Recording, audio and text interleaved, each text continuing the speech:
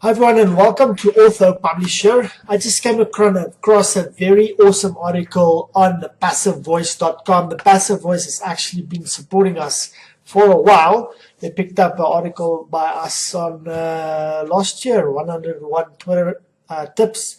And I'm reading about the Educational Development Corporation that decided that they're going to cut or slash or take away all of their titles from Amazon.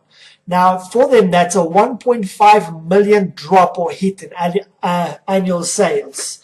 Randall White, their chief executive, said Amazon is squeezing everyone out of business. And we as self-publishers know this is true. Now, we have two polls here. Obviously, for the author and the self-publisher, it's a gain because what they're doing is they're cutting out the middleman, and they unequivocally has repeated that statement for many times. But for the publishing company and the community, everybody has jobs, etc. What moved me was a story that was shared by a woman from a community. But what I have to share with you first is that Amazon obviously wants the price to be very low. And they have shared a story. The Passive Voice went to Amazon and tried to get feedback from them about this. And let's read what Bruce Milligan says. He says, last year was the best in our 37 years, mainly due to the way Amazon was pushing our books. Then Amazon cuts us off because they couldn't get a better deal. Now our book sales are 50% down. So very, very interesting. We have seen that Amazon also were in a couple of months last year, they were spammed heavily. So they obviously clamped down on that.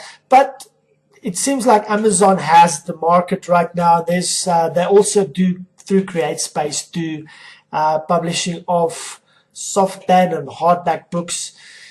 And its statement that they made is, if publishers or wholesalers feel threatened, writers are caught in the middle, both pawns and prize.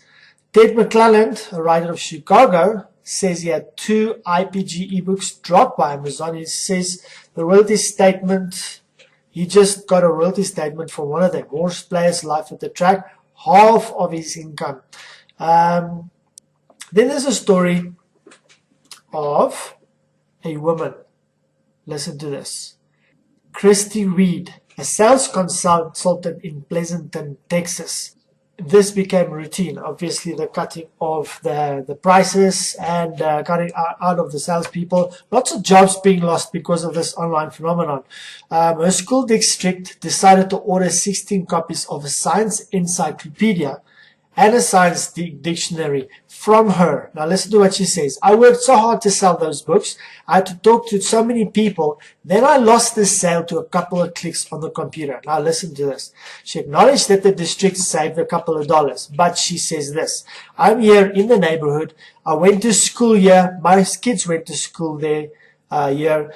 Yes, they got the books for much less, or for less, but my earnings go back in the community, which Amazon doesn't. So this phenomenon is touching not only individuals, not only the publishing industry, but also individuals. Don't get me wrong, as a self-publisher, I was very happy for the opportunity to publish on Amazon and using CreateSpace, etc. Now listen to, I just want to read this one quote by, I think it was Amazon. EDC did not produce ebooks. Amazon was buying EDC's book from a distributor and discounting them to the bone, just as it does with everything else it sells. This might have been a boon for readers, but it was creating trouble with other retailers, very important, that were carrying the company's titles, as well as the EDC network of independent sales agents who market its books from their homes. Mr. White said they were becoming showrooms for Amazon. We're shooting ourselves in the foot. Now, listen to this. Amazon is generally reluctant to explain its business practices and declined to comment for this article. But its executives say it is shaking up an antiquated business model by eliminating middlemen and passing the savings to the consumers. Very noble. But listen to this.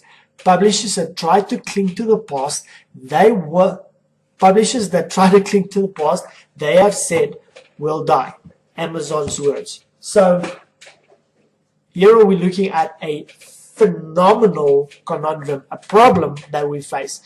Yes, we love the fact that as consumers we get books for really cheap. Yes, we love as publishers that we can publish easily and we don't have to get to the gatekeepers. But the entire industry is busy dying because one person doesn't care about anybody else. Is this a good thing? Is this a bad thing? Your turn. Leave me a comment below and weigh in with your opinion.